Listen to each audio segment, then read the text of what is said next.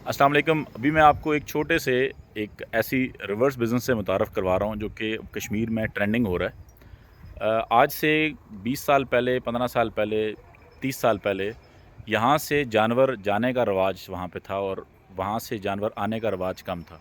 अब क्योंकि लोगों ने यहाँ पे जानवर पालने कम कर दिए हैं, तो अब ये है कि लोग जो हैं वहाँ से पंजाब से छोटे जानवर लेके आते हैं और उनको यहाँ पे पालते हैं। अस्सलाम वालेकुम जी, क्या हाल है जी? वालेकुम सलाम, ठीक ठाक अच्छा जी। माशाल्लाह तुसां जानवर उत्थों बच्चे लैके आने हो इत्थे लोग इत्थे इसकी खरीदने ते फिर उसकी जनाब तुसी ये जानवर बड्डे करने लोग ते अपने इस्तेमाल आस्ते भी बच्चे भी इस तरह सारा कुछ करने तुसां छोटा जिहा सेटअप बनाया।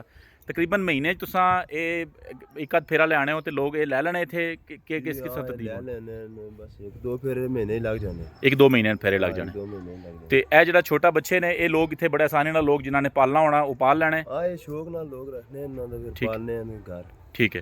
ते हुण पिछले साल तुसी इत्थे कोई कुर्बानी ने जानवर शानवर भी सेल कीते या लोकां ने, क्योंकि मैं पिछले साल वीडियो बनाइयां सन इत्थे, लेकिन कश्मीर ने डंगर इत्थे मंडी च बहुत ही थोड़े सन।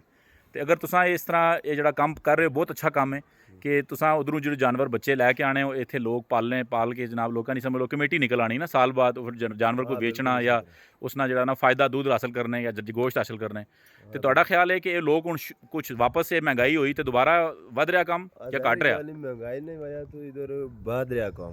वध रहा। हाँ, बढ़ रहा, लोग ज़्यादा पालना शुरू कीता, लोगों पहले घट हो गया था। ठीक है। हाँ, तो महंगाई नहीं वजह तो ज़ाहिर गल हर बंदे ने इतने वसाइल नहीं होने इस गल्ला घर अपने कुर्बानी ने बच्ची बच्चा पालने हैं तो फिर अपनी कुर्बानी देने ਹੁਣ तो तुसां ਇਹ जनाब तकरीबन 10-12 ਜਿਹੜੇ ਨੇ ਉਹ ਜਾਨਵਰ तुसां रखे ਤੇ ਇਹ ਜਾਨਵਰ ਲੋग छोटे बच्चे ਲੈ ਲੈਣੇ फिर उसकी अपने कोल पालने पाल के जनाब इसकी बड़ा करने ते अपने घर ते भी इस्तेमाल करने कोई कुर्बानी ऐसे करने। बिल्कुल बाज़ लोग घर ते भी इस्तेमाल करने हैं तो बाज़ जेह्ड़े न अग्गे बेच छोड़ने न कुर्बानी पर वापस। चलो जी, जिंदाबाद, जज़ाकल्लाह।